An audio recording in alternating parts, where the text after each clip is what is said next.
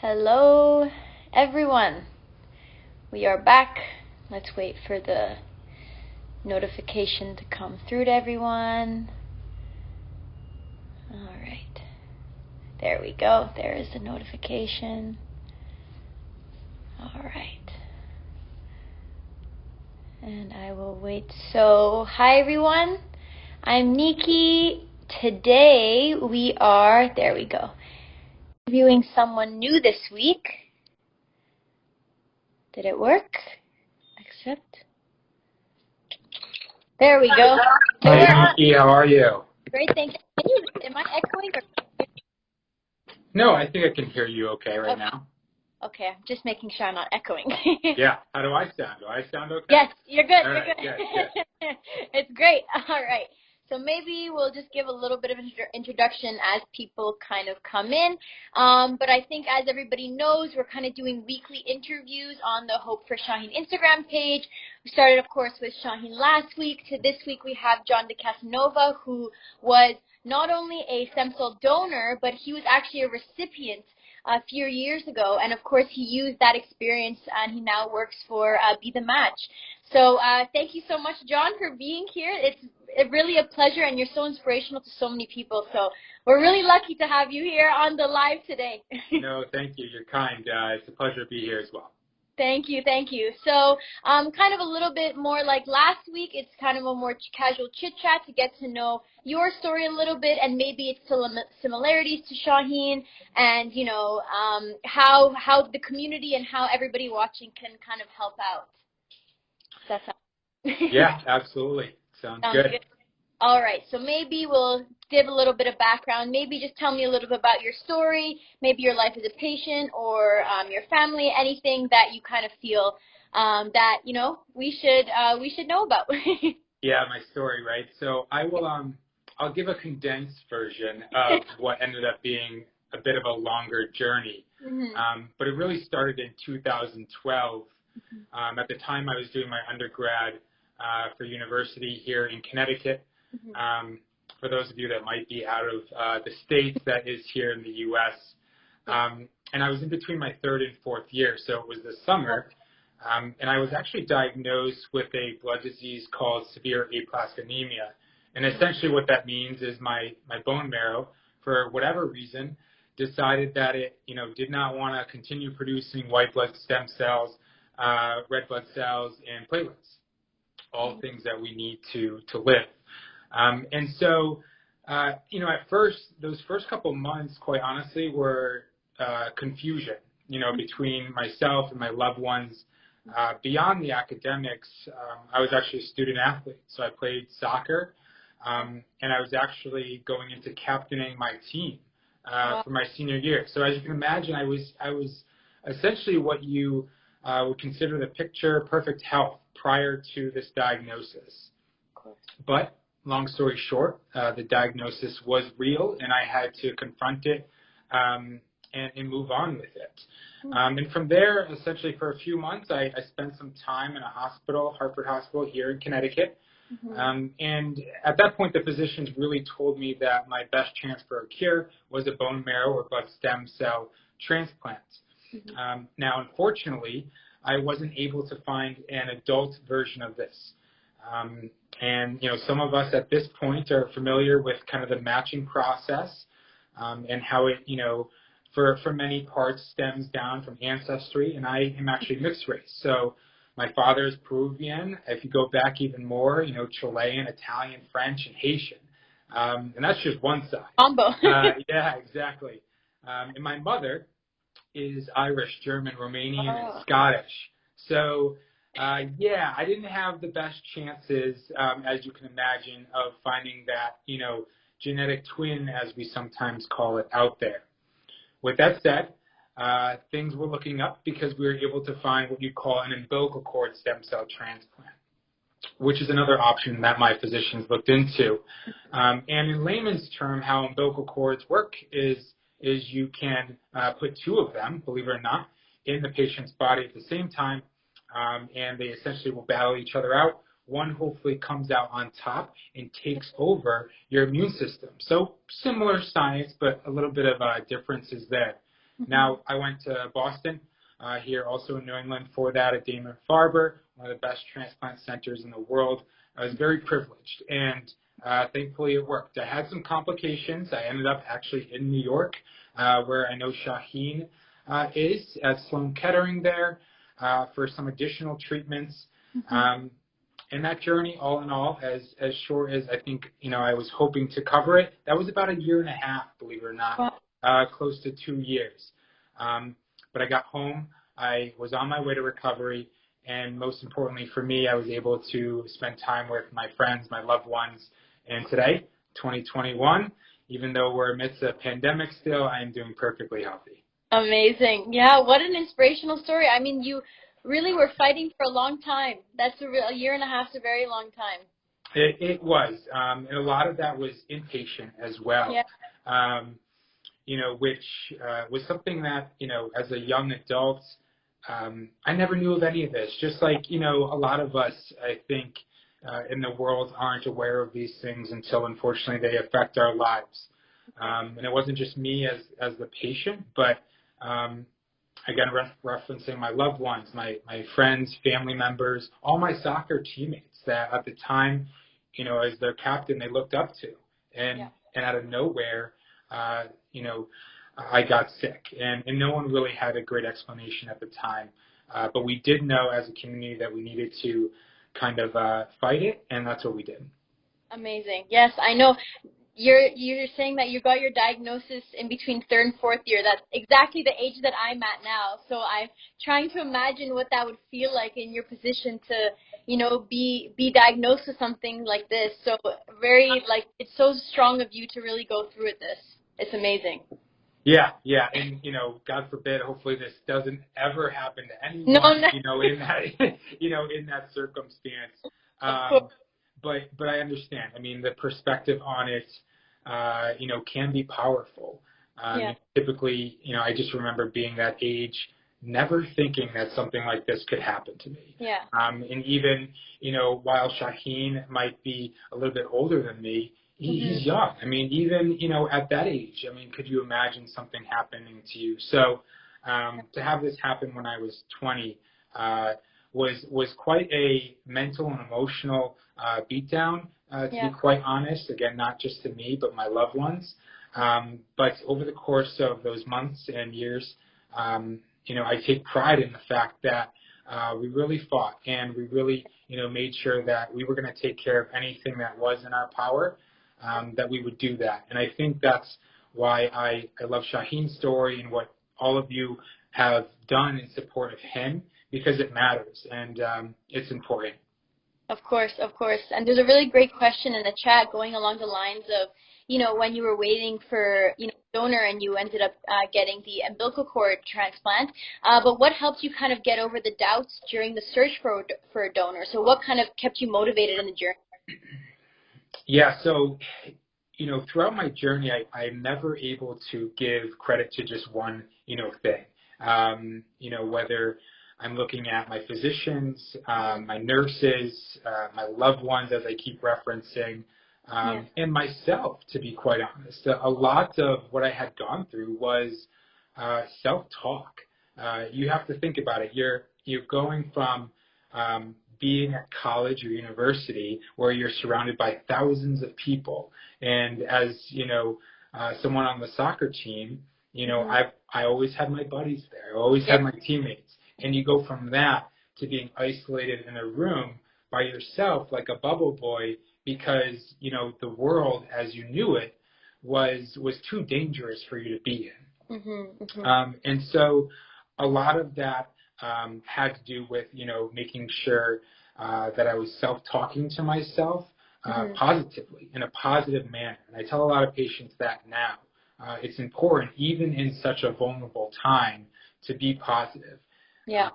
And believe it or not, to be grateful for the things that you do have, as sort of oxymoron as that sounds. As an optimist, I always found it so important to find those nuanced things that you could be grateful for. And for me, it was the support that I had. That's something that kept me going. Yeah. That's amazing. Yes, it's so amazing. I think the thing that makes the biggest importance is having people around you who support you and, are always there to speak with you. And like you're saying, you had a soccer team as well, all backing you up. It's amazing to have that group. Yeah, it was special. It was needed. Yeah. And that's why, in many ways, I was so privileged. And why I feel so connected to Shahin's story is because I can see the love and connection that the community, again, not just here in the States, but internationally now, have made to his story. It's special. It's needed, for patients. It's not just a matter of what's going on in that hospital. It's beyond that. It's within the community. Yes. And from what I understand, your story also involves your community. So how did you get your soccer team or your kind of hometown and your community involved in, your whole stem cell donor process? Yeah. So, I think the most special thing about how the community got involved was I actually asked little of the community at first. And it was really the community that stepped in and put their foot into the door and said, hey, we're here to help. And that to me was so special because while I was in a hospital and I was alone, the effects that had on me, positive effects, mentally, emotionally, was beyond any words that I could, explain here. Quite honestly, it was life-saving to me. And so we ran registration drives just like I, see going on for Shahin. We did fundraising. All of those things mattered. But certainly to me, I think the thing that mattered the most was the fact that individuals that I never knew, would come out and support and reach out to me. And that's something that is, in that situation, again, being so vulnerable, it's something that's priceless. Yeah, yes, of course. It's when the community comes together, especially people that you don't know as well, it means a lot. It does, absolutely. So I've heard the number 22 has some significance to you. So what is that? What does the number 22 mean? Yeah, I think it's around 22 or so. So referencing those registration drives that we had done for quite some time when I was ill. I would say since 2012, we probably have around 22 lives, that have been saved or donors that have at least been chosen from those registration drives. And, the reason why that's so special to me is because I remember being in that moment back then. And again, going back to community, sure, it was my story that was being utilized, but I didn't put on these registration drives. I didn't do these fundraisers. It was everyone that would consider myself their friend, my loved ones, and then the community at large that did these things, and what led to these additional lives being saved in the years to come. And I remember feeling a comfort in knowing that even if I wasn't able to find a match myself within those drives that were being done, that others would benefit. And to this day, that comfort still exists because of what happened. Of course. And there's an interesting question in chat. So have you met any of the kind of 22, maybe either donors or the recipients, or do you know any of the donors, or were they any of your friends or soccer team members maybe? Yes. So this is probably the craziest part of the story. And anyone that, would typically tell you the chances of this happening is extremely slim.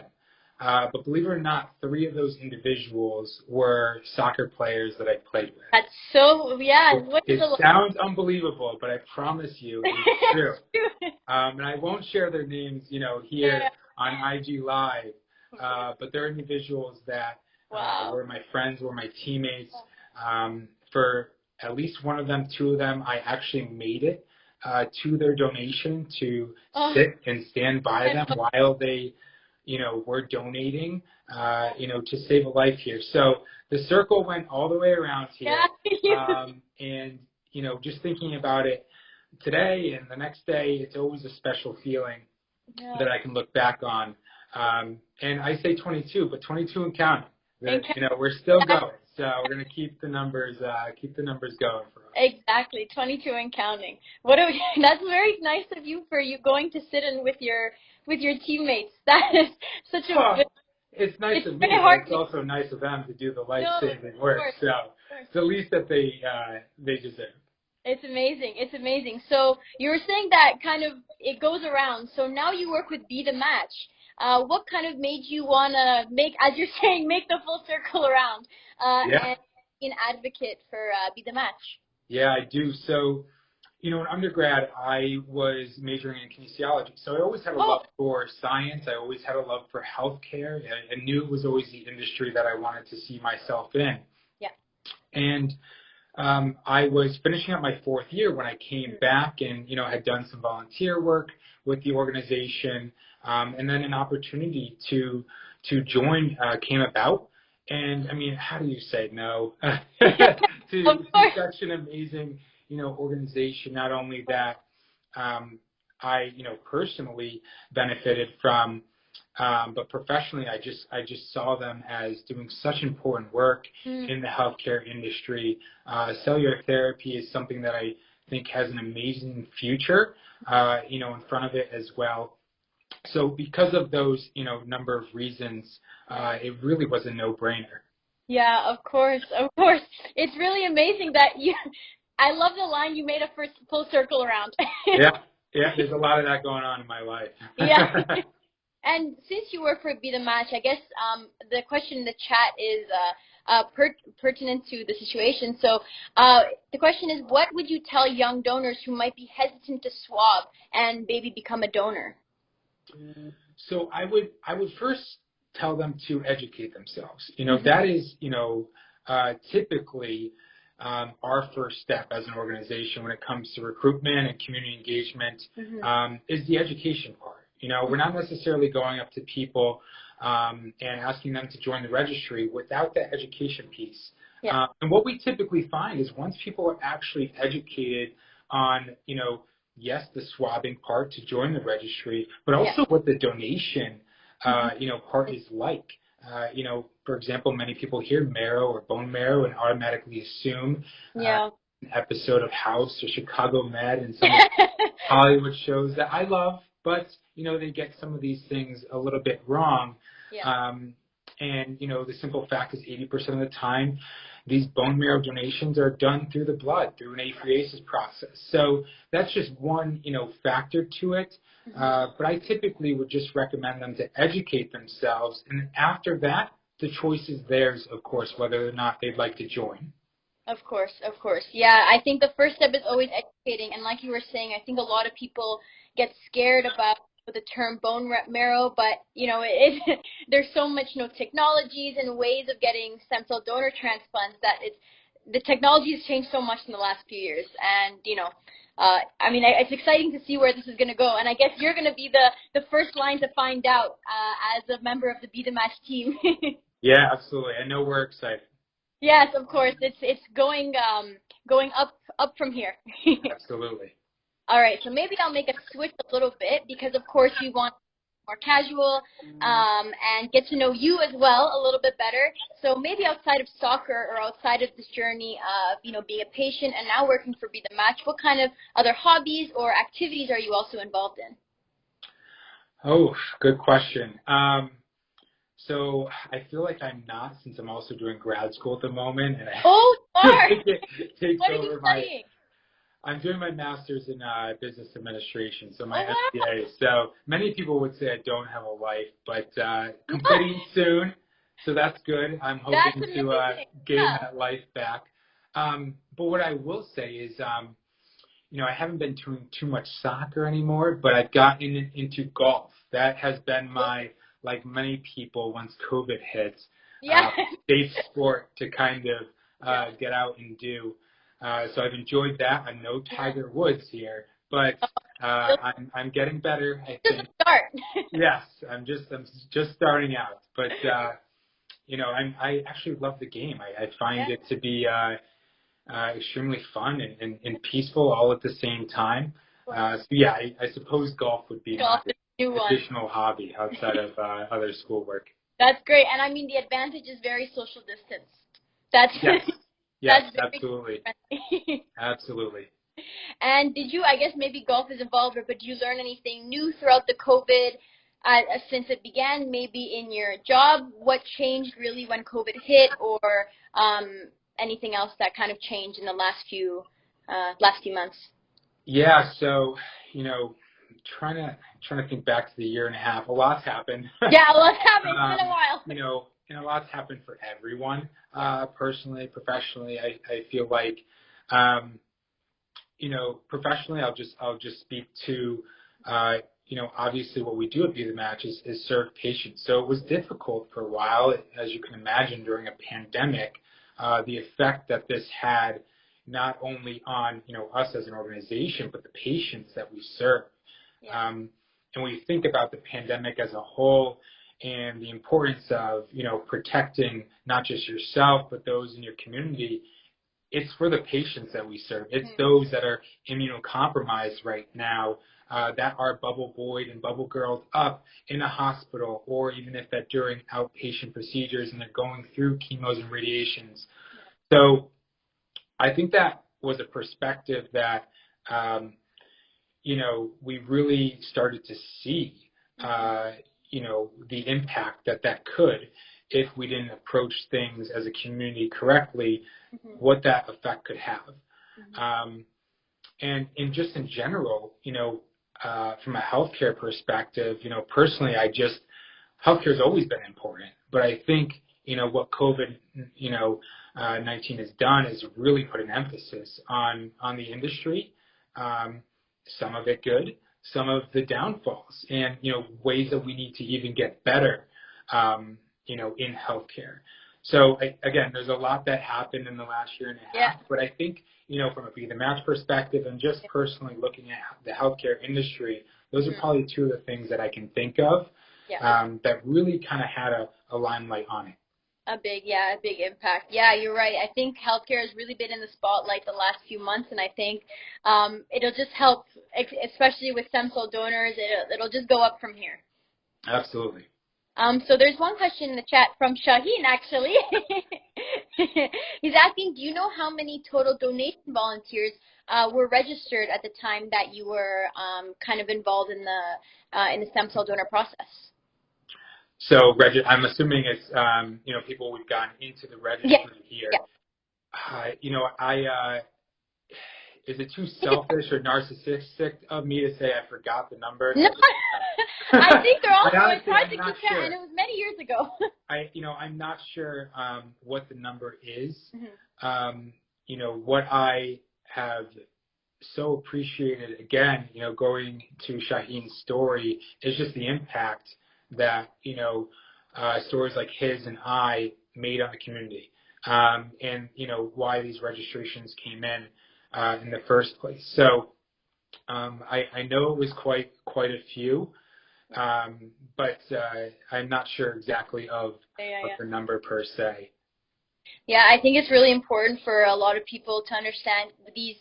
We make these drives, you make these Instagram campaigns and these website campaigns, for you and for Shahin to really raise awareness, not only for themselves. And you guys are both such selfless people. You guys think of the bigger picture. Every time, I've spoken to you and Shahin, you guys always say, to think about all the other patients out there who would use this and take advantage of, adding more people to the registry, because truly you're saving potentially the lives of 18,000 people in the U.S. who still don't have a stem cell donor match. So the fact that both of you guys have made, it's beyond words.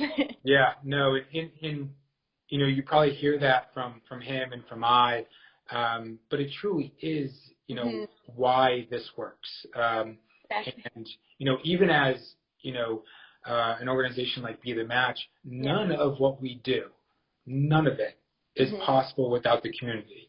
And that is the core of essentially, why we're able to do what we do. Yeah. We do it for the patients, but we're not able to do any of it without the community. And it's beyond Shahin. It's beyond myself. Yeah. It takes a village. It takes, the entire society to come together against a these blood cancers and blood diseases. And that's how we ultimately are able to, save the lives of patients. Of course, of course. And can you talk about maybe how important diversity is in terms of the people in the stem cell donor match registry? Yeah. So, although we do have millions of people on the registry, and I was one scenario, unfortunately, when it comes down to race and ethnicity, we see some disparities from it in terms of like the likelihood of a patient actually, of them finding a match does vary based on their own background from an ethnic standpoint. So, mixed race is, unfortunately, while I grew up in mixed cultures, and I always felt like there was a lot of benefits to that. But when it comes to this kind of science, not so much. Yeah.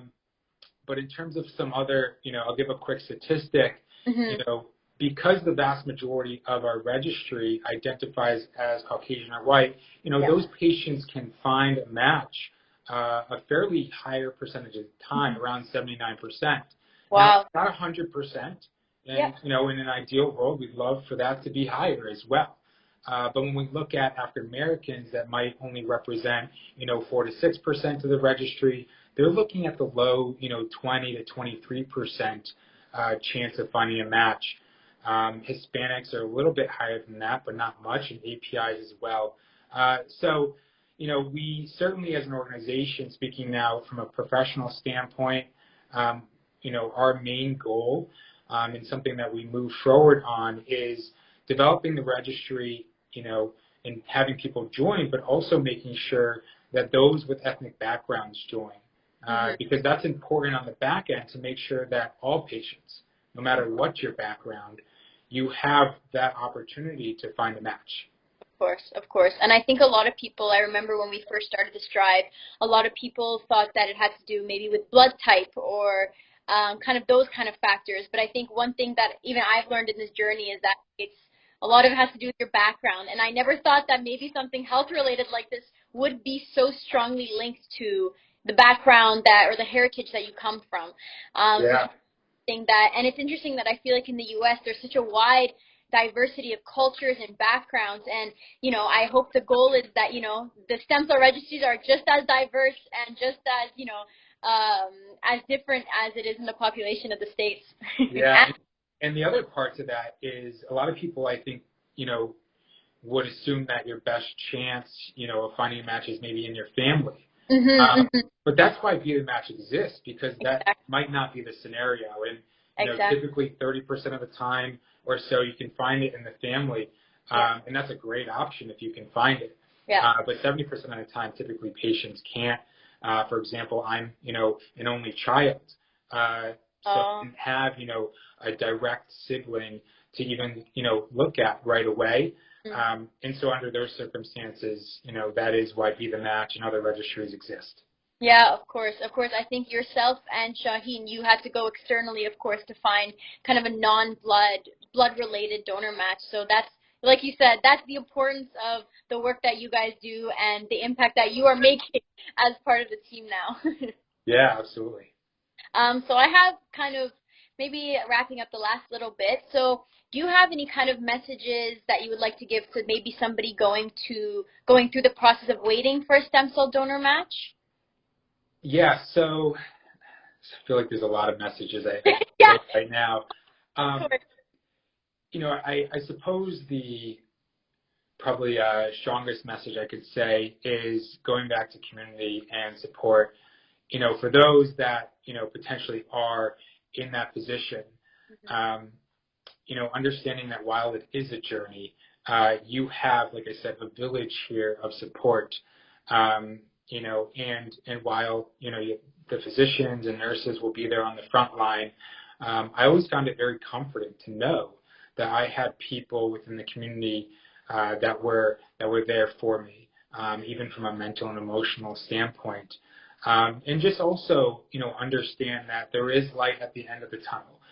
There's days that sometimes patients, former patients like myself, sometimes found that hard to believe. but stay optimistic, stay positive, and stay strong, because, with those things right there in the community, you've got a lot of tools, behind you. Yeah, I think external support, internal and external support, they're both so important to really see the light at the end of the tunnel. Absolutely, absolutely. And maybe for people who, are watching this live, maybe haven't swabbed yet, and, they're not sure if they should or not, do you have maybe any final messages to really send the message home of how important it is to be on the stem cell registry? Yeah, so, probably beyond what I mentioned before regarding making sure that you're educating yourself on what is actually entailed in donating, just remind yourself of what you're capable of doing as just, an ordinary individual within, this world. And I say ordinary, but as an ordinary individual, where we are capable of extraordinary things. Just the fact that some of my friends that have gone on to donate, or any of our, maybe 6,000 to 7,000 donors a year from BeTheMatch, just the fact that before they got that call, they were just going on with their, normal routine in life. They get that call, they become someone's hero overnight after they get that call. And so that, I think, is a powerful thing to just put into perspective. You have the ability to save someone's life, someone that you don't know, but that same person is someone that has, parents just like you do, maybe has kids just like you do, siblings just like you do. That person, that patient is loved. And so the fact that you have the ability to donate something, mind you that you also get back, nothing against, kidney donation. I think that's a great thing as well. But in kidney donation, you don't necessarily get that back. Blood stem cells and marrow, you reproduce. And this is something that you're not losing. You're giving to someone else, and you're saving their life. And just that perspective, I think, is special to remind yourself as you enter the registry. But let's not forget when you get that call one day to make sure that you stay committed. Yeah, of course. Yeah, I think a lot of people maybe don't look once they register, don't understand what commitment it is, but it's really, you're saving a life. And like you're saying, you get it back. Your stem cells come back. Yes, they do. And it's just like that. That was an amazing message. Thank you. Of course. One last question I'm going to ask. So while you were kind of going through your journey, kind of more as an inpatient, while you were going through your treatment, what were you looking kind of forward to, or what experience were you waiting to do once you were done all of your treatments? Yeah, good. That's a good question. I've got a few in mind. So the first couple were actually while I was in the hospital. And this was pre-pandemic. I was isolated, so even when the pandemic hit, I was kind of used to getting masks on and all of that. Even years later, and not to get too emotional here, hopefully I don't. But I do remember one of the things that I wasn't able to visualize or see for quite a while was my mother's smile. And I love my mother, as many people know. And the fact that I wasn't able to see that, because when she visited and really stayed with me just about 24/7 for months on end, I never was able to see it. And I remember,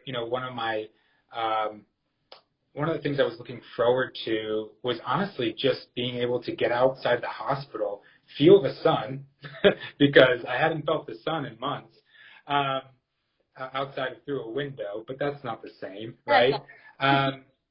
And see my mother smile, to be honest. I could say things like, coming back and playing my senior year, my 4th year of soccer, which I did. And you did? I did, and I was so happy. And it was an amazing experience. But compared to the sun and my mother's smile, with all due respect, soccer, even though it was the love of my life, has no chance against it. So those are a few things that sound small, but we're certainly large in perspective. Yeah, of course. No, that means a lot to, of course, see your family happy and relieved that you're healthy, and yourself you're happy as well. Absolutely. Yeah. So I think with that said, I don't know if there's any other questions to be asked, but from my end, I just wanted to say thank you so much, Jon, for coming on the live. I really learned a lot about your story and what impact really even one person registering in the registry makes. Like your friends who all, registered, and 3 out of your soccer team. And how many people on a soccer team? 20-something? Yeah, low 20s there, yeah. Three of them being donor matches. So it really makes a huge difference when even one person joins the registry. And as you said, stem cells regenerate. It's an easy process. So again, from both of us, encouraging you to, save a life, really save a life. And yes, thank you so much, Jon, for sharing your story. I really learned a lot, and I really, I have so much respect and appreciation for what you've been through. No, thank you, and likewise to yourself. Thank you for putting on these IG lives. I know, the Shahin and all the support system has been amazing, and thank you to everyone that's on this call and taking the time to hear my story, even years later after telling it quite a bit. I always feel privileged to anyone that is willing to listen. So thank you. Yeah, I think you're really inspirational, truly. Like just going from the journey, and especially at such a young age, and giving back now. It's what we all dream of. No, I appreciate it. Thank you so much.